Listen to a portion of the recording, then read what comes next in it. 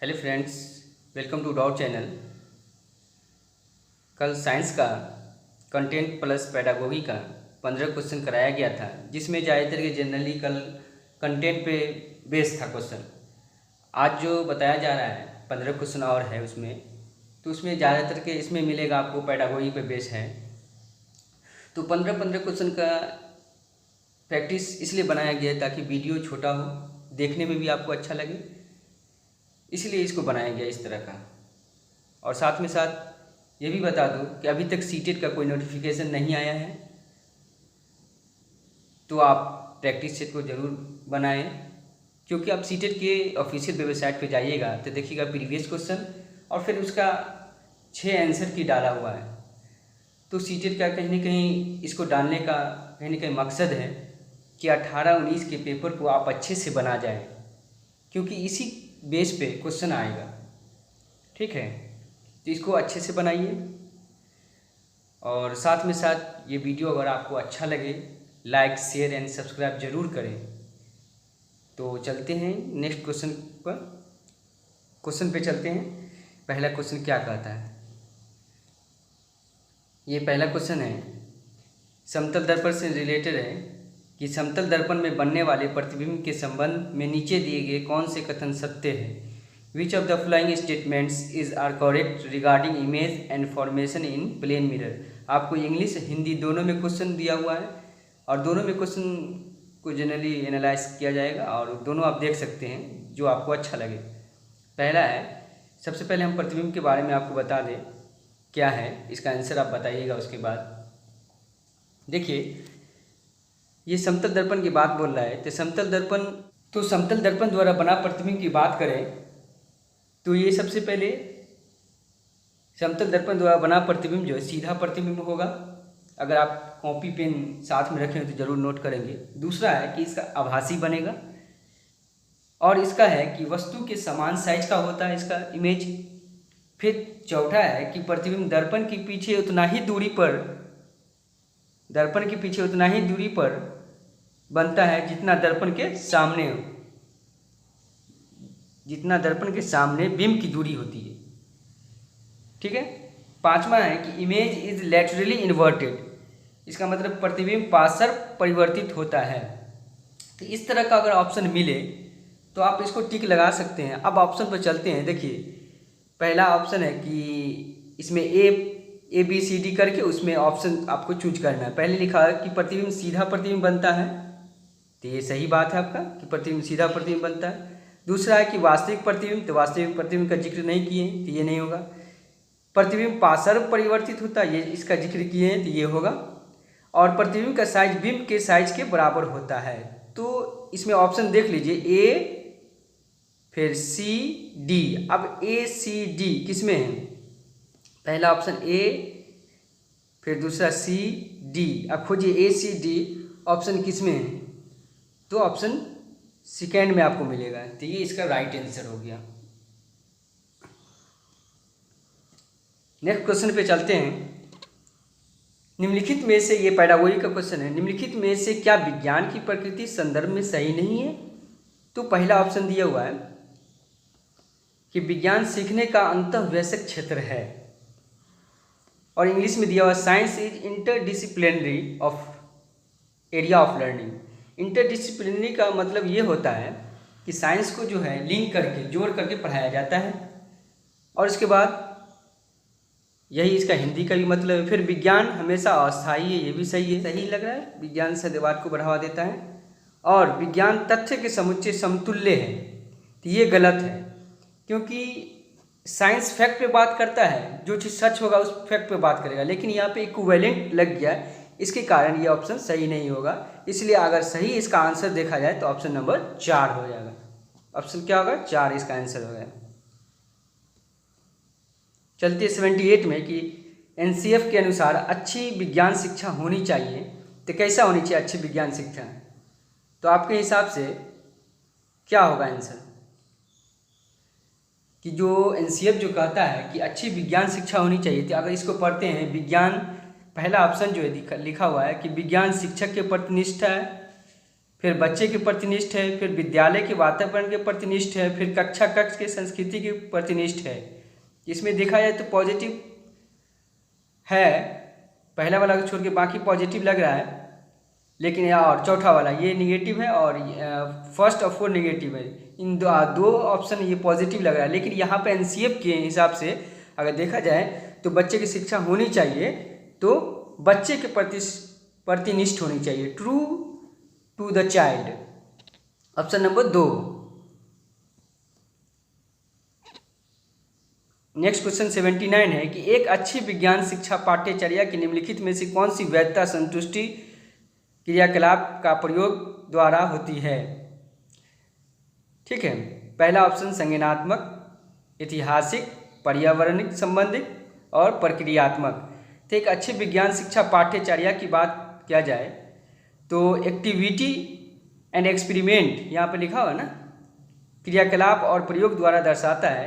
तो ये जो है एनसीएफ में देखे होंगे या साइंस का ये एक पेडागोजी देखिएगा तो इसमें प्रोसेस होगा, ये एक्टिविटी एक्सपेरिमेंट में जो है प्रोसेस होता है, इसलिए ऑप्शन नंबर इसका जो है 4 हो जाएगा सही आंसर। ठीक है, बस इसको आप इस पेडागोजी को बार बार बनाइए और बनाते बनाते आपको इस तरह अंडरस्टैंडिंग आ जाएगी कि आप क्वेश्चन को देखिएगा और सॉल्व कर दीजिएगा। फिर नेक्स्ट है 80 है कि अनु कक्षा 8 के बच्चों को शैक्षिक भ्रमण के लिए ले जा रही है। अनु जो है एक शिक्षिका है जो बच्चों को जो है फील्ड ट्रिप ले जा रहे हैं घुमाने के लिए। इस क्रियाकलाप के लिए निम्नलिखित में से क्या सबसे अधिक उपयुक्त उद्देश्य होगा। तो पहला है कि यह बच्चों के मध्य अंतःक्रिया को प्रेरित करता है, बच्चों के मध्य अंतःप्रेरित क्रिया करता है, ये सही है, एकदम राइट है कि बच्चों को इंटरेक्शन होता है एवं बच्चों के बीच।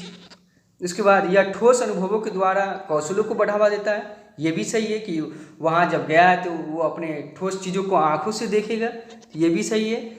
फिर यह बच्चों को अवलोकन कौशल को बढ़ाता है, हाँ ऑब्जर्वेशन भी है कि वहाँ जाएगा तो बच्चा खुद ऑब्जर्व करेगा चीज़ों को। और तीसरा है कि यह शिक्षक और कक्षा की लय को तोड़ता है, तो ये ऑप्शन गलत होगा। तो आप खोजिए ए बी सी ऑप्शन किस में है, पहला ही ऑप्शन है, तो इसका राइट आंसर जो है फर्स्ट हो जाएगा।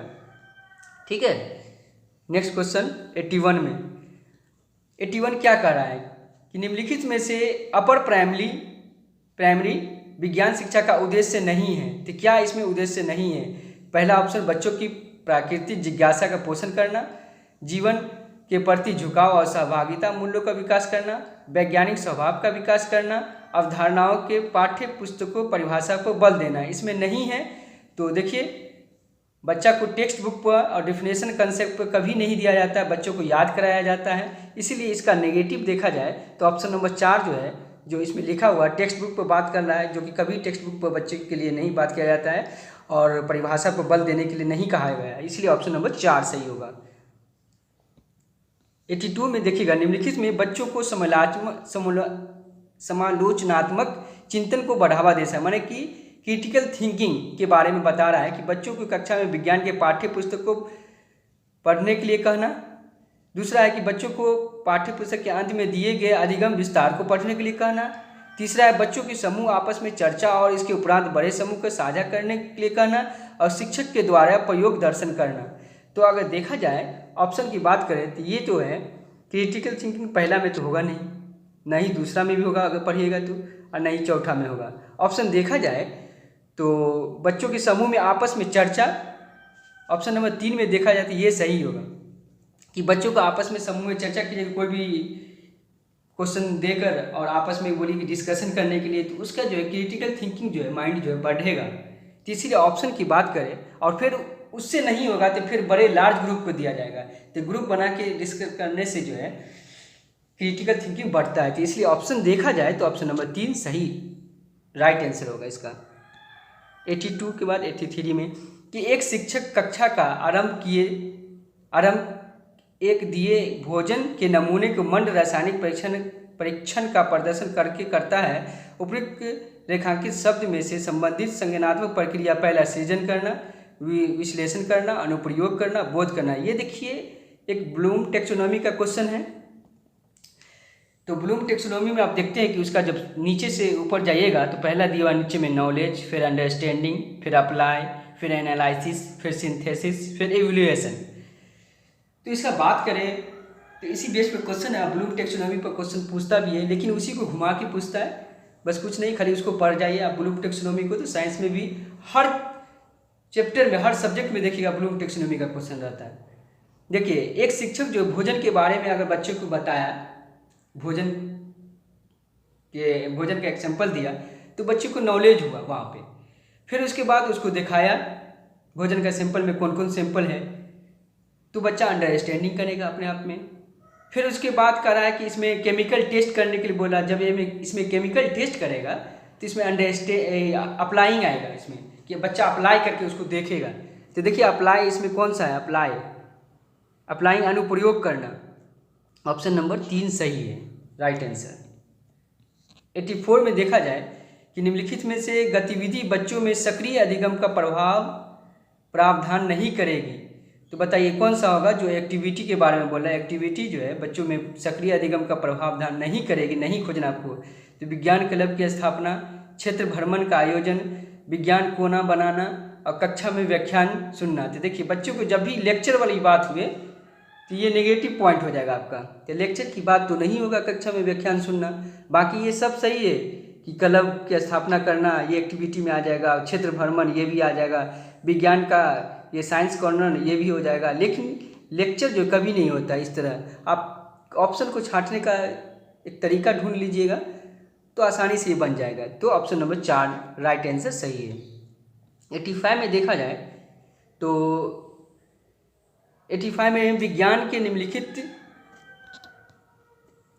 85 में क्या है, विज्ञान के निम्नलिखित में से किसके द्वारा सीखने में कमी का पता लगाया है। देखिए पहला है अवधारणा की मानचित्र, कि किसी चीज़ को बच्चा देखेगा तो कॉन्सेप्ट पहले बनाएगा माइंड में अपने। फिर वर्णन अभिलेख, एनेक्डोटल रिकॉर्ड, वर्णन अभिलेख आप जानते हैं कि बच्चे का एक ये होता है कि एक शॉर्ट स्टोरी है कि बच्चा आज क्लास में है तो उदास क्यों है, क्या कारण हो सकता है, तो टीचर उसका ऑब्जर्व करके उसके बारे में जानता है। उसके बाद पोर्टफोलियो है, पोर्टफोलियो हो गया कि पूरा एकेडमिक वर्क उसका हो गया, रिजल्ट से लेके और क्या क्या होता है स्कूल का सारा उसमें आ गया।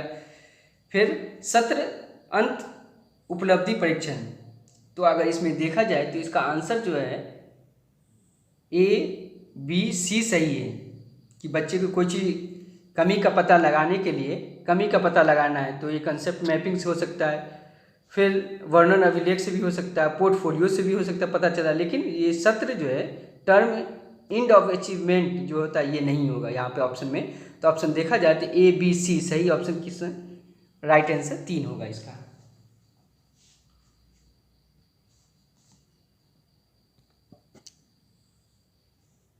नेक्स्ट है निम्नलिखित में से कौन सा साधन अवलोकन आधारित है। तो अवलोकन आधारित जो है, अवलोकन आधारित माने टेक्निक ऑफ ऑब्जर्वेशन, आपको खोजना है कौन सा इसमें है। मौखिक परीक्षण, लिखित परीक्षण और कागज पेंसिल, वर्णन अभिलेख। तो यहाँ पे इसका राइट जो आंसर हो जाएगा जो ऑब्जर्वेशन के लिए, तो वर्णन अभिलेख सही आंसर हो जाएगा। क्योंकि बच्चे का क्या करिएगा यहाँ पे कि अब यह एक शॉर्ट स्टोरी के बारे में अगर कोई चीज़ करना है बच्चे का तो उसको ऑब्जर्व करना होगा कि आखिर बच्चा इस तरह क्यों कर रहा है, क्लास में क्यों उदास है, या क्या कारण हो सकता है कि कल नहीं आया, तो उसका ऑब्जर्व करेगा, टेक्निक ऑब्जर्व लगाएगा। तो ये वर्णन अभिलेख सही होगा यहाँ पे, राइट आंसर 486 का। 87 की बात करें कि पश्मीना शाल बकरी के बालों से बनता है और अंगोरा एक प्रकार ऊन की खरगोश है से प्राप्त होती है, और ऊँट ऊन की कारपेट बनाने में उपयोग होती है, और पश्मीना ऊन खरगोश से प्राप्त होती है। तो इसका आप आंसर जो देखिएगा तो 87 का, तो उसमें भी आंसर की में आप जाके देख लीजिएगा तो उसमें ना ही ABC लिखा हुआ ना कुछ लिखा हुआ, 9 लिखा हुआ है सीटेट के आंसर की में जब देखिएगा तो आप इसमें देखिएगा पश्मीना शाल। तो पश्मीना शाल के बारे में अगर आप जानना चाह रहे हैं पश्मीना शाल क्या होता है, तो ये पश्मीना शाल जो है ये कश्मीरी बकरी होता है जो उसकी त्वचा के निकट मुलायम बाल होते हैं जो इसकी बेहतरीन शालें बनाई जाती है। तो ये पश्मीना शाल इससे बनता है, कश्मीर में ये होता है, पाया जाता है। और अंगोरा जो है, अंगोरा एक प्रकार की ऊन है जो खरगोश से प्राप्त होता है। ये खरगोश से भी होता है, बकरी से भी होता है, लेकिन एनसीईआरटी में बकरी से दिया हुआ है, खरगोश से नहीं दिया हुआ। लेकिन सीटेट तो एनसीईआरटी को मानेगा। फिर ऊँट की ऊन कारपेट बनाने में उपयोग होती है, ये भी सही है। फिर यहाँ लिखा पश्मीना ऊन खरगोश से प्राप्त होती है, तो ये जो है डी तो सीधा सीधी ये तो गलत है। ए सही है आपका, बी भी सही है, सी भी सही है। लेकिन इसमें सीटेट जो है आंसर देखिएगा तो ए और सी को माना है, लेकिन उसमें भी देखिएगा सीटेट के आंसर की में जाइएगा तो उसमें सिर्फ आंसर की में 9 लिखा हुआ है। लेकिन इसका करेक्ट आंसर होना चाहिए ए बी होना चाहिए, पहला ए और दूसरा बी। तो इस तरह का क्वेश्चन अगर रहेगा तो सीटेट जो है आपको आंसर जो है 1 नंबर अवार्ड के रूप में दे सकता है। अगर गलत हो गया तो अगर आंसर की जारी करने से तो दे सकता है, ठीक है। इस तरह के क्वेश्चन में भ्रम न रहे, नंबर आपको मिलेगा, ठीक है। तो इसका राइट आंसर सही ए और बी है। 88 में देखा जाए तो नीचे दिए गए लक्षणों के आधार पर जंतु को पहचानिए। देखिए जंतु को पहचानिए, सबसे लॉन्ग बैकबोन किसका होता है, लंबा मेरुदंड, ये पूछ रहा है। दूसरा कि बहुत सी मांसपेशियां, ये भी पूछ रहा है आपको। और आगे की धकेलने के लिए शरीर अनेक वलयों से मुड़ना, तो ये जो ऑप्शन जो है सांप के लिए सही ऑप्शन लग रहा है कि सांप का जो है लॉन्ग बैकबोन होता है, फिर मेनी मसल्स होता है, फिर उसका ऐसा बॉडी कर्व होता है, देखिएगा कि इस तरह लूप बन जाता है कि मूविंग फॉरवर्ड, आगे की ओर बढ़ता है वो इस तरह। तो इसका सांप का सही आंसर हो जाएगा, राइट आंसर 88 का 1 हो जाएगा। फिर देखिए नीचे दिए गए कौन सा कथन सही नहीं है। देखिए धमनी, सभी धमनी ऑक्सीजन समर्थ रक्त से ले जाती है। फिर सभी धमनियाँ ऑक्सीजन को हृदय से अन्य भागों में ले जाती है। फिर धमनिया की भित्ति मोटी होती है। फिर धमनिया की भित्ति प्रत्यास्थ होती है। तो इसका आंसर जो है 1 हो जाएगी, सभी धमनियाँ ऑक्सीजन समित रक्त को ले जाती है। ये गलत है, ये सभी धमनियाँ नहीं ऑक्सीजन रक्त को ले जाती है। ये बाकी ऑप्शन देखा जाए तो अब हम बता दें धमनी के बारे में, जिसको आरटी बोलते हैं। धमनी जो है ये हृदय से ब्लड को क्या करेगा, शरीर के अंगों तक ले जाती है। दूसरी पॉइंट है कि इसमें हमेशा शुद्ध ब्लड आता है, अर्थात ऑक्सीजन युक्त ब्लड होता है। तीसरी पॉइंट है इसका रंग लाल होता है धमनी का, ठीक है। इस तरह इसका ये है। और इसके अपवाद में भी है कि पल्मोनरी आर्टरी है जिसमें ऑक्सीजन रहित ब्लड या अशुद्ध ब्लड आता है, इसका अपवाद में है।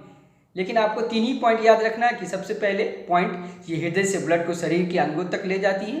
दूसरी पॉइंट यह हमेशा शुद्ध ब्लड आता है धमनी का, अर्थात ऑक्सीजन युक्त ब्लड होता है, इसका रंग लाल होता है। तो ये बात याद रखिएगा। लेकिन यहाँ पर सही नहीं के हिसाब से ऑप्शन देखा जाए तो पहला नहीं है कि सभी धमनियाँ ऑक्सीजन रक्त को ले जाती है, ये सही नहीं है, ठीक है।